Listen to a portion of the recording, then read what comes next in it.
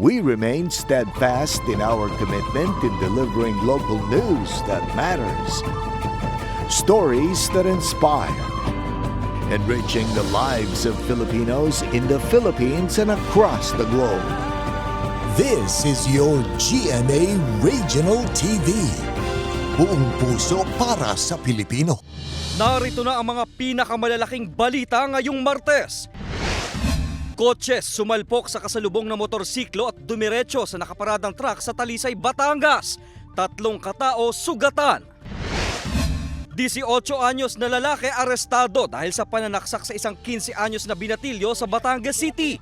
Ang biktima natagpo ang patay at palutang-lutang sa Kalumpang River. Grass fire sumiklab sa isang bakanteng lote sa Barangay Dagatan sa Lipa City. At iba't ibang trabaho inaalok ng Peso Batangas City para sa mga estudyante at out-of-school youth.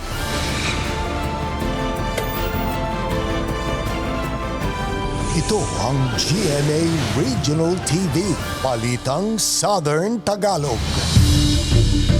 Magandang hapon mga kapuso, narito na ang Balitang Southern Tagalog. Hatid namin ang mga pinakamalaki at pinakahuling balita sa Timog Katagalugan. Live mula rito sa GMA Batangas Station, ako po si Ace Medrano. Arestado ang 18 anyos na lalaki dahil sa pananaksak sa isang 15 anyos na binatilyo na natagpo ang patay at palutang-lutang sa Kalumpang River sa Batangas City. Nakatutok si Paul Hernandez. Kulong ang 18 anyos na si Rico, hindi niya tunay na pangalan. Sospek siya sa pananaksak sa 15 anyos na biktima na natagpo ang wala ng buhay at palutang-lutang sa Kalumpang River sa bahagi ng Barangay Malitang, Batangas City kahapon. Ayon sa pulisya, napaulat na nawawala ang biktima linggo ng gabi. Lumalabas pa sa investigasyon, sangkot umano sa riot ang biktima at sospek sa Barangay 1 sa lungsod. Kasi ito po ay dirt na may mga upuan sa gilid. Halos lahat po ng pumupunta doon, mga kabataan na may mga grupo-grupo. Alam naman po natin, ang mga kabataan yan dito sa Batangas City, may mga kanya-kanyang fraternity o organization. Pag nagmi-meet up po sila sa isang lugar, nagkakaroon po ng challenging. Sinaksak daw ng sospek sa tagilirang bahagi ng katawan ng biktima. Saka umano pinaniniwala ang tumalon sa ilog. Aminado ang sospek sa ginawa. Pero ayon sa kanya, dumipensa lang siya. Gamit niya raw sa pananaksak ang isang maliit na patalim. Sinalubungan din ako, suntok po. May dala din po yata yun. Merap din po. Kaya lumaban din po. Pero hindi kumbinsido ang pamilya ng nasawi na sa tagiliran ng katawan sinaksak ang biktima. Nang ma-recover kasi ang bangkay, may nakitang sugat sa leeg nito. Hindi siya lunod na sa namatay, yung tama din eh. Ay di gilit po. Gilitan din? Ginilitan po, pero wala pong tama sa tagiliran. Mismo sinabi po na, mismong kinuman po dahil pina-autopsy namin po eh. Nagsisisi po. Dahil po nagawa ang manaksak. Masakit pa ring matanggap ng pamilya ang sinapit ng biktima. Pero nagpapasalamat na rin sa pagkakadakip sa sospek. Nahaharap sa kaukulang kaso ang sospek sa krimen. Kasama si Buhay Adante Jr., Paul Hernandez. Balitang Southern Tagalog. Sumiklab ang grass fire sa isang bakanteng lote sa Barangay Dagatan sa Lipa City. Ang detalye sa report ni Denise Abante. Sa kuha ng drone video na ito mula sa isang netizen, makikita ang lawak ng apoy na lumamon sa bakanteng lote sa bahagi ng Barangay Dagatan, Lipa City mag-aalas 5 ng hapon kahapon. Mabilis umanong kumalat ang apoy dahil sa mga tuyong dahon at lakas ng hangin sa lugar. Ayon sa Lipa City BFP, posibleng nagsimula sa pagsisiga ng mga basura ang dahilan ng sunog. Nakita po namin na kadalasan po na nagiging sanhi ng sunog ay yung sa pagtatapon ng sigarilyo na may baga at yung pagsusunog. Lalo na po sa panahon ngayon na tag-init. Alas 7 ng gabi kagabi nang maapula ng BFP ang apoy. Ayon sa Lipa City BFP, 8 insidente na ng grass fire ang naitatala sa kanilang himpilan simula noong January hanggang kaninang hapon lamang nang itawag ang isa pang grass fire sa Barangay Pinagtungulan. Hinaing naman ng ilang residente ang lagi umanong huling pagdating ng mga bumbero. Yung issue po sa amin na sinasabi na ang bumbero ay laging huli. Hindi po pwedeng mauna kaming bumbero kaysa sunog po. Ang paalala po namin, bago po mag-video, tumawag po muna sa amin. Kasi mahalaga po ang minuto, segundo, in case of emergency po. Sakali raw na muling magkasunog sa Lipa City, maaaring tumawag sa mga numerong naka-flash sa inyong TV screen. Kasama si J. Armanjares, Denise Abante, Balitang Southern Tagalog. Namataan ng volcanic smog o VAG sa Taal Caldera kaninang alas 2 ng hapon base sa inilabas na ulat ng PHIVOLCS. Ayon sa report, umaabot sa 6,837 na tonelada ng sulfur dioxide ang ibinuga ng bulkan kahapon March 11. Sa kuhang larawan ng ahensya, bahagyang hindi maaninag ang bulkang Taal dahil sa VAG. Ayon sa report, apektado ng volcanic smog ang mga bayan ng Agoncillo, Laurel, Balete, Santa Teresita, Lungsod ng Calaca, Mabini, Mataas na Kahoy, Lemery, San Nicolas at Talisay. Pinag-iingat naman ang mga residenteng nakatira sa palibot ng bulkan. Payo nila sa mga residente na magsuot ng face mask at huwag munang lumabas ng bahay kung wala namang importanteng pupuntahan. Patay ang 47 anyos na lalaking patawid sa kalsada matapos mabundol ng isang bus sa Santo Tomas City, Batangas. Nakatutok si Denise Abante. Nasawi ang 47 anyos na lalaking ito habang patawid sa kalsada matapos mabangga ng isang bus sa Maharlika Highway sakop ng Barangay San Vicente, Santo Tomas City, Batangas, pasado alas 8 ng gabi kagabi. Ayon sa pulisya, patungo sana sa Lucena City, Quezon ang bus nang mangyari ang aksidente. Posible raw na hindi napansin ng driver ng bus ang patawid na lalaki kaya ito nabangga. Ito po, ma'am, ay miscalculation and yung pong ating pedestrian, kumbaga kulang po rin sa pag-iingat.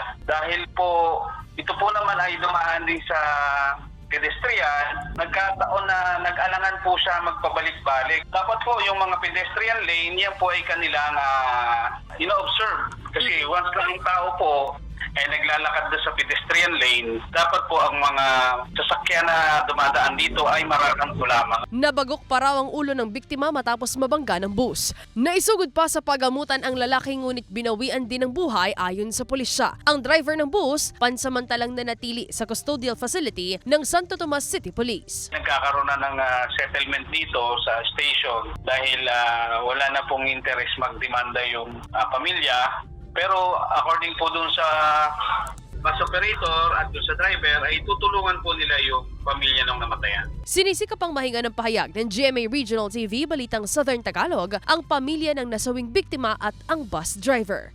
Kasama si J. Armanjares, Denise Abante, Balitang Southern Tagalog. Nagsimula ng Ramadan o buwan ng pag-aayuno ng mga Muslim ngayong araw, March 12. Para sa detalye, makakasama natin live si Paul Hernandez. Paul?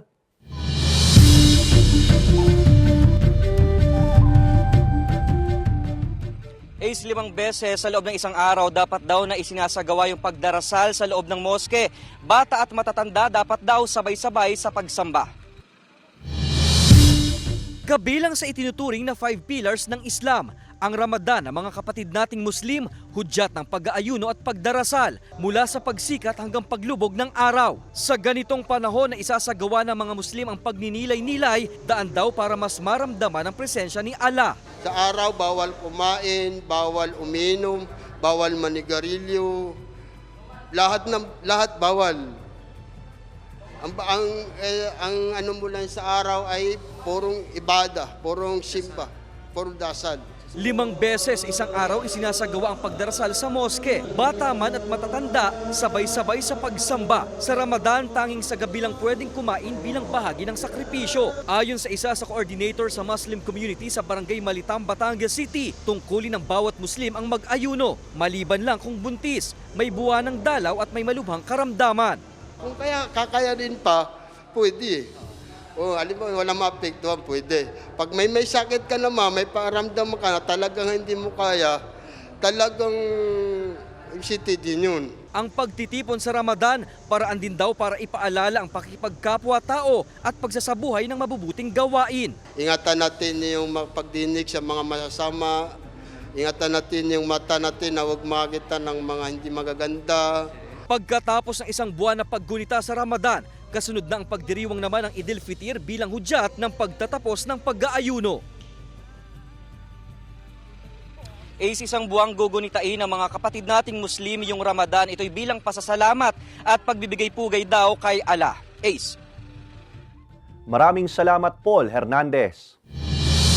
Lumayo sa Lipa City ang ilang residente at turista para maligo sa lawa ngayong nakararanas ng mainit na panahon. Narito ang report ni Denise Abante. Kasama ang pamilya at barkada nagtampisaw sa bahaging ito ng Barangay Halang sa Lipa City ang 25 anyos na si Judy Ann. Mula pa sila sa San Jose, Batangas at naisipang maligo sa lawa, pampawi ng malinsangang panahon. Napaka-init ho ngayon para iwas dehydration at saka yung mga bata ho nag-enjoy din pati at saka para makaiwas na din ho sa gastos sa tubig. Ang gaganda ho ng ating tanawin, makikita ho natin yung Bulkang Taal, tapos makikita ho natin ang dami-daming mga bundok, nakaka-refresh. Ngayong araw kasi pumalo sa 29 to 38 degrees Celsius ang heat index sa Calabarzon ayon sa Pag-asa. Bagay na posible raw mabago dahil sa mararanasang pag-iral ng northeast monsoon. Until Friday po, posible po na northeast monsoon or hanging amihan po yung makaka-apekto po sa bahagi po ng Calabarzon at Mimaropa. Kaya perfect day daw kung ituring ni Joanne na nagkaayaan sila patungo sa Barangay Halang para maligo sa ilog. Sulit daw ang biyahe nilang magkakamag-anak mula sa Masbate para ma-enjoy ang malamig na tubig sa lawa at magagandang tanawin sa Batangas. Malamig kahit mainit yung weather dito sa Batangas eh. Malamig pa rin. Opo, kaysa sa mainit. Kasi di ba pag mainit eh. Sulit talaga yung biyahe namin kasi nag-ride lang kami. Nagbabala naman ang otoridad sa publiko sa labis na pagbababad sa mataas na sikat ng araw. Dahil yung init na nararamdaman po natin is posible po mag-cause po ng heat exhaustion or heat stroke po kung matagal po tayong nababad po sa mainit na panahon po. Kasama si J. R. Manjares, Denise Abante, Balitang Southern, Tagalog. Tumaas ang animal bite cases sa Batangas City noong 2023 kumpara sa taong 2022 ayon sa City Veterinary Office. Ang pagpapabakuna sa mga alagang hayop inirekomenda ng veterinaryo na gawin 1 beses sa 1 taon. Alamin yan sa report ni Paul Hernandez. Regalo mula sa isang kamag-anak ang mga alagang pusa ni Jenica. 2 buwan na raw sa kanya ang mga alaga. Ngayong buwan niya raw planong pabakunahan kontra rabies ang mga ito. Proteksyon hindi lang daw sa alaga kundi pati sa kanyang pamilya. Kasi po tulad niyan, lagi pong nalalaro ng anak ko. Kaya gusto namin pabakunahan gawa ng baka ma-rabies yung bata. Ganito nga raw sana dapat ang maging gawin ng maraming nag-aalaga ng house pets gaya ng aso at pusa. Hindi pa rin daw dapat ipinagsasawalang bahala lang ang kagat ng hayop, lalo na kung carrier ng nakamamatay na rabies ang mga ito. Ang tanging lunas po talaga po lamang ay bakunahan po ang mga alaga nilang aso po at pusa. Taon-taon po yun, huwag na po nilang kakalimutan yun.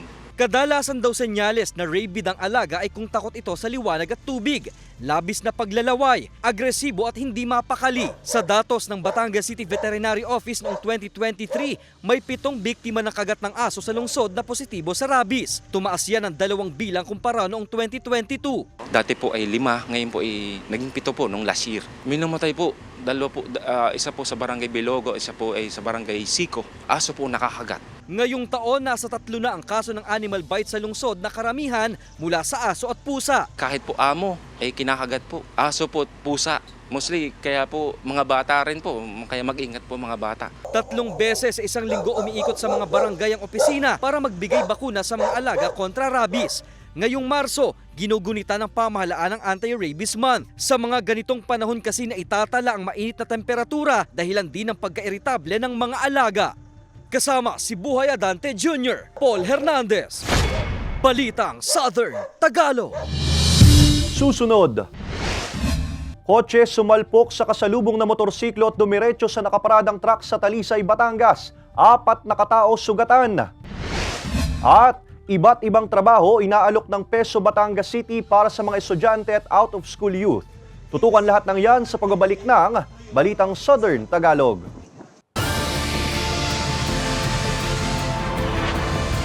Ito ang GMA Regional TV. Balitang Southern Tagalog.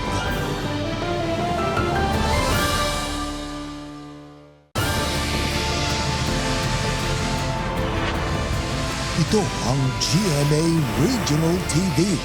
Balitang Southern Tagalog. Sugatan ng 4 na katao matapos sumalpok ang isang kotse sa kasalubong na motorsiklo at dumiretso sa nakaparadang truck sa Talisay, Batangas. Tutukan yan sa report ni Denise Abante. Marahang nananakbo sa kalsadang sakop ng Barangay Sampaloc, Talisay, Batangas ang 40 anyos na rider hapon noong linggo. Maya-maya pa makikitang sinakop na ng isang brown na kotse ang kanyang linya dahilan para sumalpok ang motorsiklo. Tumilapon sa gilid ng kalsada ang rider habang nagdire-diretso naman ang kotse na sumalpok naman sa isang truck na nakaparada sa gilid ng kalsada. Sugatan ang rider at ang 3 sakay ng kotse. Base na rin po doon sa nung mismong driver ng kotse, aminado naman po siya na siya daw po ay nakatulog din kapag nag-drive po. Galing daw po sila ma'am sa team building nila nung March 9 ng gabi sa Lian, Batangas. Then pauwi po sila ng San Pablo nung kinabukasan niya nung March 10. Matinding pinsala sa kaliwang paa ang tinamo ng rider na kagad na isugod sa ospital at nilapatan ng lunas at patuloy pang nagpapagaling. Isinugod din sa ospital ang mga sakay ng kotse dahil sa tinamong mga sugat at gasgas sa katawan. Ayon sa pulisya, nagkaroon na ng kasunduan ng pamilya ng rider at pamilya ng driver ng kotse hinggil sa gastusin sa pagpapagamot ng nakabangga ang rider. Yung family ay susuportahan ko yung rider doon sa daming na nangyari, including yung mga hospitalization. At ngayon po, kung sakali po medyo hindi sila tutupad doon sa pagkakasanda, ay saka daw po sila magkakampa ng kaukulang pagkamo doon sa driver ng kotse po. Sinusubukan pa ng GMA Regional TV Balitang Southern Tagalog na mahinga ng panig ang pamilya ng parehong rider at driver ng kotse. Denise Abante, Balitang Southern Tagalog. Umaasang makababalik sa dating tinitirhan ng ilang nasunugang residente sa Barangay Bugtong Napulo sa Lipa City. Nagbabalik sa report si Denise Abante.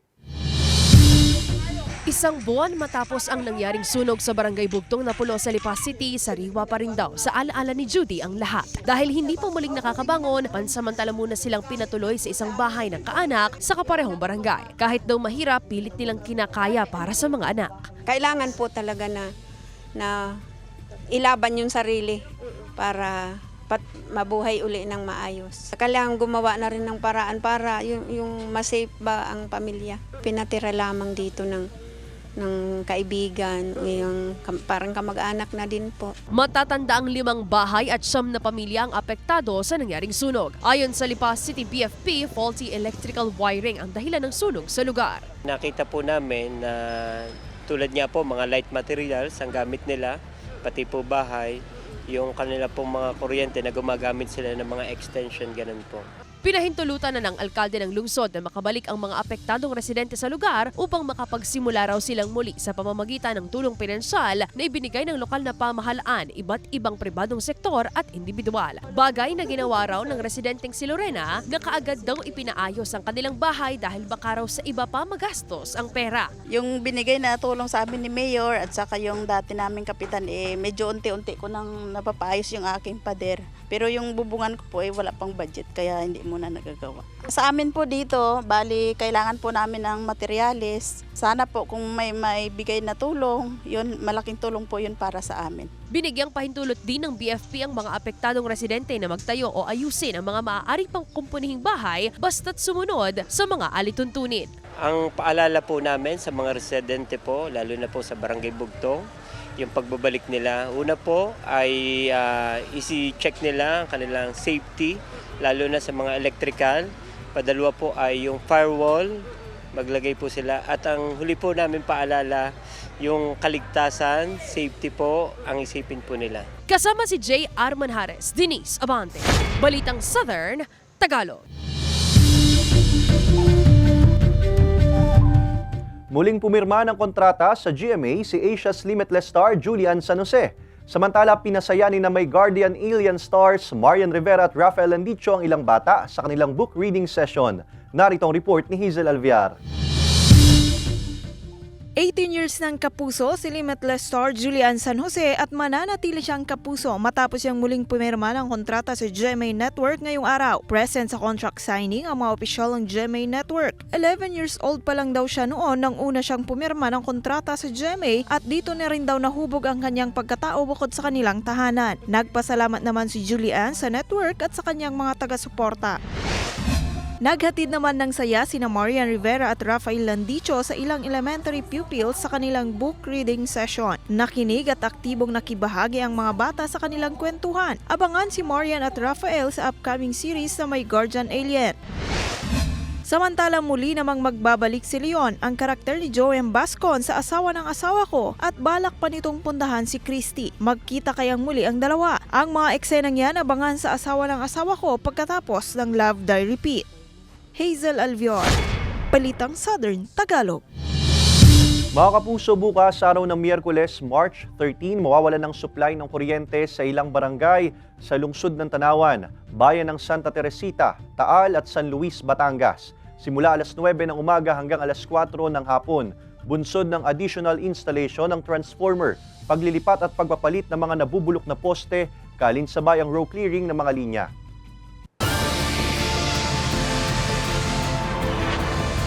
Ito ang GMA Regional TV, Balitang Southern Tagalog.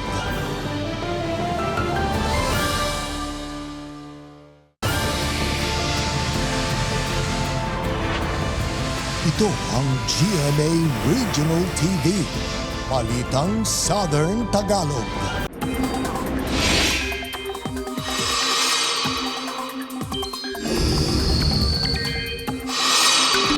Mga kapuso, malamig sa gabi at umaga sa ilang bahagi ng Luzon habang maalinsangan naman sa natitirang bahagi pa ng bansa. Amihan at easterlies ang patuloy na iiral at makakaapekto sa bansa.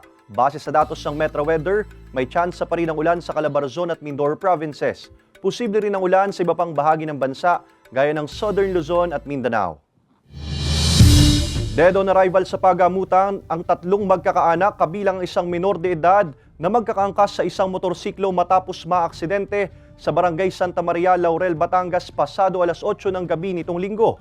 Sa investigasyon ng pulisya, patungo sana sa Cavite ang mga biktima nang mawala ng kontrol sa manibela ang driver hanggang sa sumalpok sa center island ng kalsada. Wala umanong suot na helmet ang mga biktimang tumilapon sa kalsada. Self-accident, mabilis ang takbo. And then sumalpok dun sa center island. Kung kaya naman na magdahan-dahan lang at hindi kinakailangang mabilis sa patakbo, bakit hindi ko nila gawin? Yan ang laging paalala natin. Alok ng Peso Batangas City ang iba't ibang trabaho para sa mga estudyante at out-of-school youth na edad 18 hanggang 25. Ang detalye sa report ni Paul Hernandez. Second year college sa kursong Hotel Management si John Dave. Sa dami ng mga academic requirements sa eskwelahan, aminadong magastos ang pagpasok. Gustuhin man daw niyang magtrabaho sana, hindi niya magawa. Nung bakasyon po namin, parang nagplano po ako mag-working student. Kung ang schedule na pinigay po sa amin is kasing luag po last time. Patuloy pa sa pagtanggap ng aplikasyon ng Public Employment Service Office o PESO Batangas City para sa Special Program for Employment of Students o SPES. Deadline na nito sa March 15, araw ng Biyernes, kaya humabol mag-apply ang 18 anyos sa si Jillian. As a youth po ng Batangas, syempre po, ay gusto ko din po na mapakinabangan din po yung mga benefits and ito din po yung malaking tulong sa family ko po. Ayon sa PESO Batangas City, sasalain ang mga application na isinumite sa kanila. Pasok dito ang mga estudyante o out-of-school youth edad 18 hanggang 25 years old. Pero mula 200 slots noong nakaraang taon, naging 60 slots na lang ang naghihintay para sa programa ngayon. Yes, bakit bumaba? Because of the national government's allotted budget for the SPES ay mababa din lang yung dinownload sa amin. Kung mapapabilang sa programa, pwede silang makapagtrabaho sa iba't ibang opisina ng Batangas City LGU sa loob ng 20 araw. At tulad sa mga empleyado, alas 8 ng umaga hanggang alas 5 ng hapon ang pasok nila. Ayon sa opisina, mahigit 500 pesos ang daily salary ng estudyante na paghahatian ng LGU at DOLE. Office work. Office work like encoding, filing of, yung mga filing, pwede din silang liaison officers, mga ganun. So basically, sa office lang. Hindi sila pwedeng mag field work kasi delikado. No? So 20 days lang naman 'yon. Magsisimula ang SPES mula Hunyo hanggang sa buwan ng Hulyo. Kasama si Buhay Adante Jr., Paul Hernandez. Balitang Southern Tagalog. Tampok ang obra ng mga local artists sa isang art fair sa Antipolo City. Tungayan yan sa report ni Hazel Alviar. Musika at sining na tatak Antipolo. Ibinida yan sa Pistang Sining, isang art fair na layong ipromote ang local artist at artisans ng lungsod. We're just here to jive and just to collaborate and to come together na celebrating art. Nakadisplay ang visual arts na gawa ng Antipolo Group Incorporated, bayong bags na gawa ng Antipolo inmates, mga Pinoy pasalubong at mga sustainable at organic products. May photographer ding gumagamit ng sinaunang street box camera. Nais din daw ng Antipolo City LGU na maipromote ang kanilang syudad bilang wedding destination, kaya naman ang Floors Garden ang napiling venue para sa Pistang Sining. Napakadaming magagandang simbahan na nasa Antipolo City. Dito din po matatagpuan ang the first international shrine of Our Lady of Peace and Good Voyage. We want to pay tribute to the artists who are here. Floors Garden started last year, and this year we are very happy na accepted kami ng Antipolo. We are promoting the Filipino Antipolo artist, Floors Garden in Antipolo, now an events destination, especially for weddings. At kapag sinabing wedding, syempre nariyan ang masasarap na putahe. We continue to promote Philippine products like vegetables, fruit trees, and this is what Antipolo after all is known for. Nice nature and surroundings, and it's great to see all the arts and crafts that are here today. Nag-enjoy rin ang lahat sa OPM hits na tinugtog ng Antipolo City Band. Libre ring binuksan sa publiko mula 1 p.m. to 3 p.m. ang Carolina Bamboo Garden. Hazel Alvior, Balitang Southern Tagalog. Samantala, mapapanood nyo po ang episode na ito at iba pang pinakahuling lokal na balita sa official website ng GMA Regional TV, www.gmaregionaltv.com. Pwede rin kayo bumisita sa aming official YouTube channel, GMA Regional TV, at i-click ang subscribe button para sa pinakamainit na balita mula sa rehiyon. Dahil sa GMA Regional TV, local news matters. At yan ang mga pinakamalaki at pinakahuling balita sa Timog Katagalugan. Maraming salamat sa pagsama sa amin pati na mga kapuso sa ibang bansa na tumutok sa mga balita sa rehiyon. Kami, ang GMA Regional TV Balitang Southern Tagalog. Buong puwersa para sa mas malaking misyon at mas malawak na paglilingkod sa bayan.